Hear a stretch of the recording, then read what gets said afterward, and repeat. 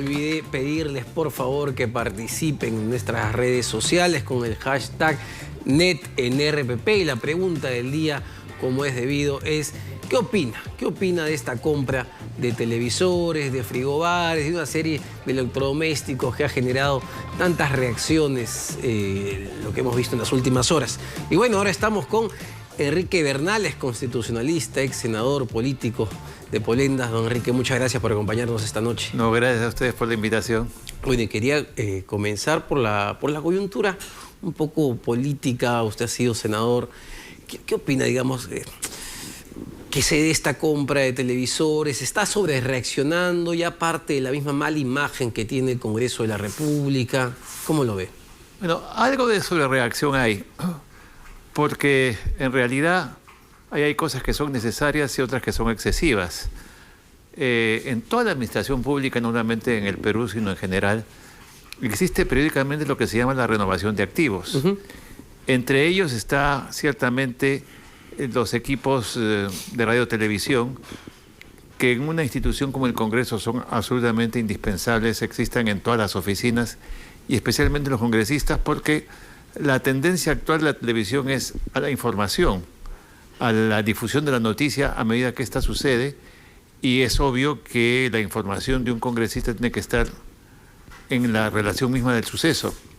Lo que puede ser una exageración es el momento en que se decide la compra, aunque debe haber estado programada desde antes, y lo que llama la atención es que sean televisores de 43, que son pantallas casi gigantes, cuando bastaría con una de 30 o 32 a lo sumo, ¿no es cierto? Lo que genera escozor es que esto se dé, digamos, a días de que se dé el Mundial de Fútbol, ¿no? Claro, pero eso puede ser una coincidencia, sin embargo, porque, repito, estas compras no se han decidido ayer ni antes de ayer, sino que la programación viene desde atrás, y en todo caso es responsabilidad de la administración el momento en que lanza la compra, seguramente por procesos de demora en las licitaciones, el concurso de precios o lo que fuera.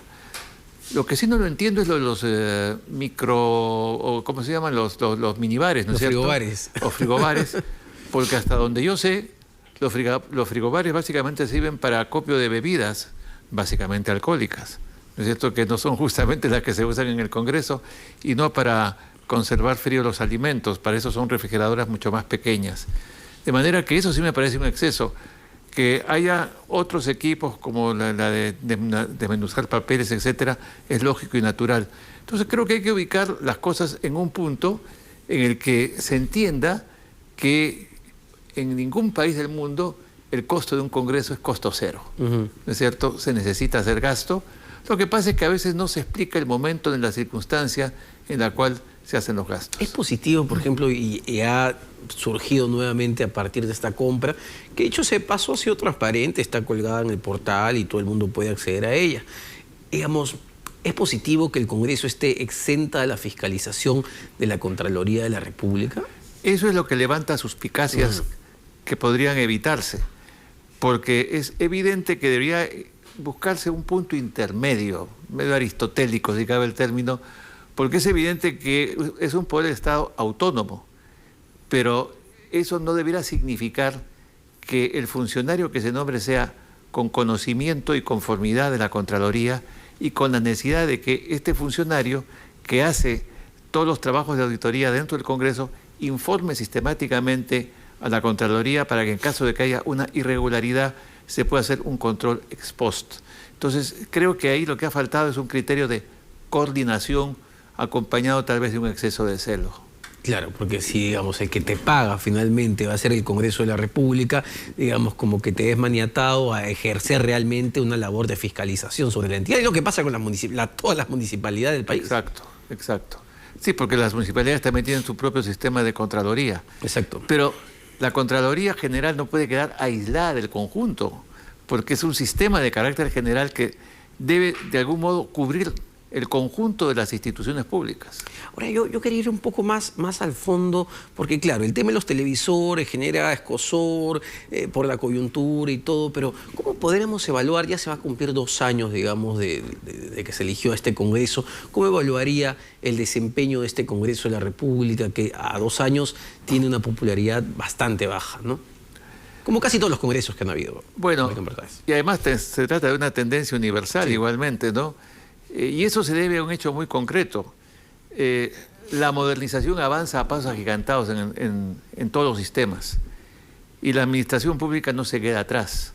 Pero es evidente que hay un desfase entre la manera como se moderniza el Poder Ejecutivo, por ejemplo, el Ministerio de Economía y Finanzas o el de Transportes y Comunicaciones, y ciertos rezagos decimonónicos que todavía se mantienen en los congresos, donde la lentitud para modernizar o es muy lenta o no existe, porque no hay un trabajo de estructura administrativa que efectivamente funcione como el aparato que moderniza. Cuando yo he visitado en mis épocas de político senador congresos como en los Estados Unidos, realmente era impresionante ver el poder de la administración, de los asesores. Los mejores abogados egresados de Harvard, por ejemplo, estaban trabajando en las oficinas de los senadores o de los congresistas. Eso no se da en nuestro caso. Entonces quedan todavía rezagos, etapas y procedimientos que son sumamente lentos y que inclusive pueden afectar la propia información con la que trabajan los congresistas. Pongo por caso. En la mayor parte de los casos que se investigan, la información viene del poder mediático. Sí. Lo que la prensa dice, eso se investiga. Si la prensa no lo dice, no existe. Eso está mal. ¿Pero por qué está mal? Porque el Congreso carece de los recursos y de las inversiones necesarias para tener sus propias fuentes de información. O sea, estar colgado con el BCR, con la Contraloría, con la Superintendencia de Banca, con la propia prensa. Entonces, recibe esa información, la procesa y a partir de ello actúa motu propio el Congreso de la República. Pero actuar a retardo de lo que dice la información periodística con las ventajas, lo bueno y lo tendencioso o lo escandaloso que puede tener esa información, es un error. ¿Cuán valioso sería, por ejemplo, contar en el Congreso de la República, más allá de hablar de las dos cámaras que vamos a hablar de eso, contar con áreas especializadas, por ejemplo, en temas económicos, en temas legales, en temas constitucionales, donde un proyecto sea presentado y realmente hay un filtro? Diga, señor congresista, esto no se puede hacer, esto no sirve. A eso iba, es que el trabajo de investigación y el de asesoría tienen que ser multidisciplinarios.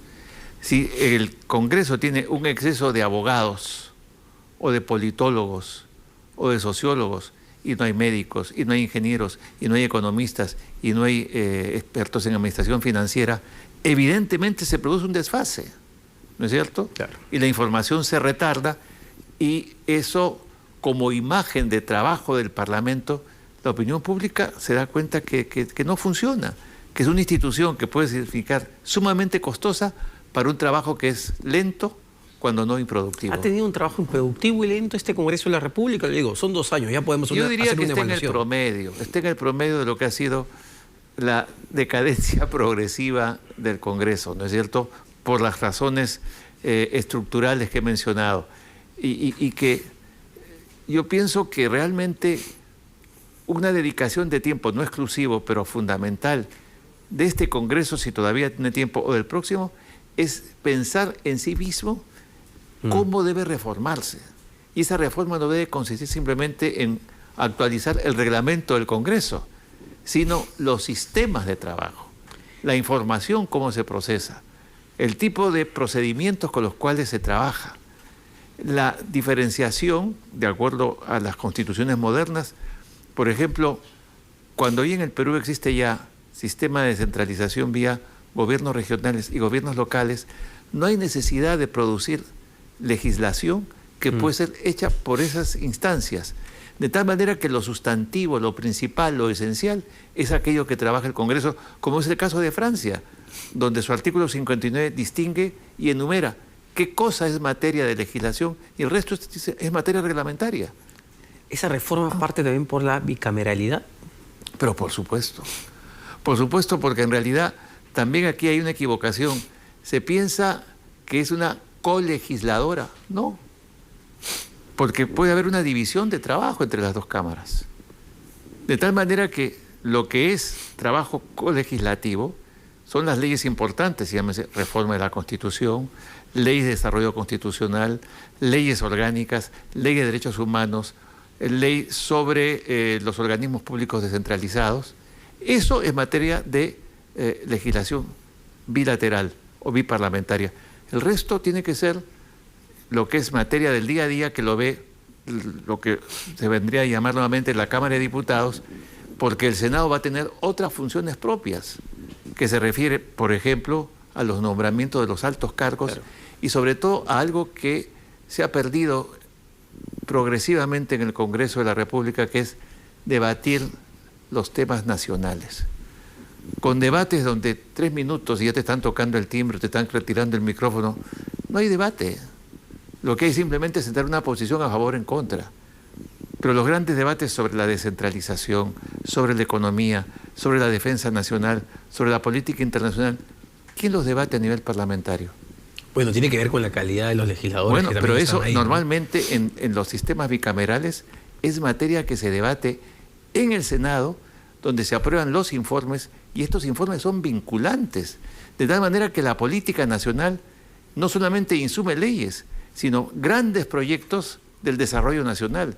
El desarrollo nacional no está presente hoy en el Parlamento porque es unicameral, y no hay forma de que un Parlamento unicameral se ocupe de esos temas. Quería cambiar un poco de tema sin alejarnos mucho, porque hay otro tema que es bastante curioso a razón de las elecciones municipales, que se está dando que muchos hijos de alcaldes se están presentando a la alcaldía, hijos, esposas, familiares, digamos. ¿Esto no termina siendo algo dañino para también la democracia, el sistema de partidos? Es decir, esto es una monarquía. Bueno, somos monarquía desde el sistema presidencialista que tiene el Perú para empezar, ¿no es cierto? Pero lo que sucede es que ninguna ley, si va a descender a ese nivel de detalle, es buena. Y podemos terminar, en nombre del purismo, creando una serie de limitaciones donde ser pariente de un alcalde o de un gobernador regional significa sufrir lo que los romanos llamaban una capitis de minutio máxima. O sea, tú por ser fulano de tal y llevas el apellido, no tienes derechos políticos. Y eso también es malo. O sea, ni tanto que toda la parentela esté metida, ni tampoco que se nieguen derechos. Pero digamos, esto refleja una debilidad absoluta de los partidos políticos, ¿no? Son nombres... En general del sistema político peruano. Tenemos un sistema político sumamente deficiente. Quería que nos comente, usted acaba de presentar un libro este mes, entiendo, sobre sus memorias, 60 años en la Pontificia Universidad Católica, una vida universitaria. Acá lo tengo, esta es mi cámara, acá lo tengo para que lo vean. Cuéntenos un poco, don Enrique, ¿qué ha intentado plasmar en este libro? Mira, yo he escrito muchos libros, habré publicado unos 30 libros. Debo admitir que este es el que me ha tomado más tiempo y el que me fue más difícil tomar la decisión de escribirlo. En primer lugar, porque cuando uno investiga, está acostumbrado a investigar hechos, situaciones, hacer diagnósticos y proyecciones sobre ellos. Pero constaté en carne propia qué difícil es escribir sobre sí mismo, ¿no es cierto? Por razones muy sencillas. En primer lugar, porque tienes que contar a veces cosas de tu vida que siempre las tuviste en reserva.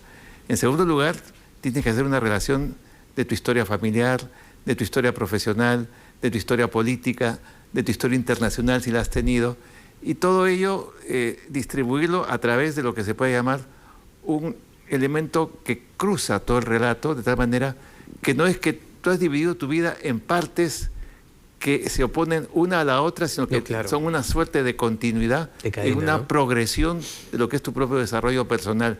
Eso, en mi experiencia de haber escrito este libro, ciertamente me ha costado muchísimo. Además, yo nunca quise escribir este libro, eran mis exalumnos, mis discípulos, la gente que trabajó conmigo, los que querían escribir un libro, o que me animaban a que yo lo escribiera.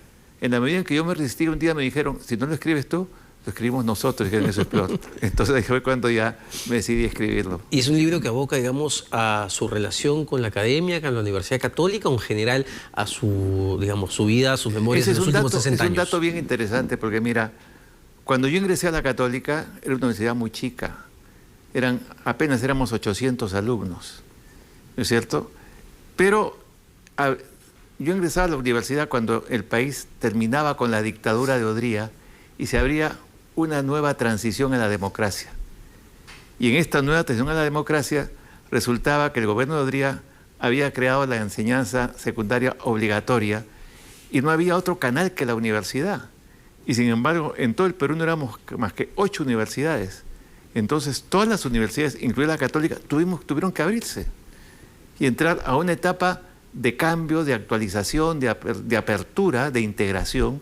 Y para eso se necesitaba tener, digamos, una unidad y una conciencia de que el final de la adolescencia de la católica había acabado y que comenzaba el proyecto de la Universidad Grande. Y yo fui dirigente estudiantil en ese momento y fui parte del cambio. ¿Cuán importante ha sido la Universidad Católica en la construcción, digamos, de intelectuales en el país, en su relación, digamos, con la política, con la economía? ¿Cuán importante ha sido la Universidad Católica? Hay una cosa que la católica siempre cuidó, inclusive cuando era pequeña, siempre tuvo el cuidado de convocar a los grandes pensadores, a los grandes intelectuales del país, desde Ribagüero y Víctor Andrés Belaúnde, pasando por Porras Barrenechea, por Basadre, por Raúl Ferrero, Luis Jaime Cisneros.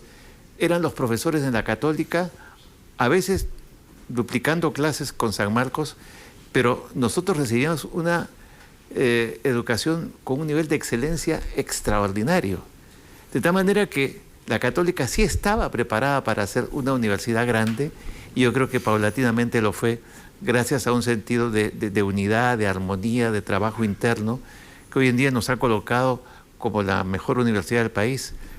Lo siento por San Marcos, que debiera ser siempre la primera universidad del país, pero si San Marcos está como está, no es por culpa de San Marcos, sino por culpa del Estado, que sistemáticamente ha abandonado a San Marcos. Lamentablemente. Muchas gracias, don Enrique Bernales. Enrique Bernales, ex senador, político, escritor, y ya saben, acá está. ¿Dónde pueden conseguir el libro? Ya felizmente está con bastante éxito en casi todas las librerías del tiempo. Perfecto.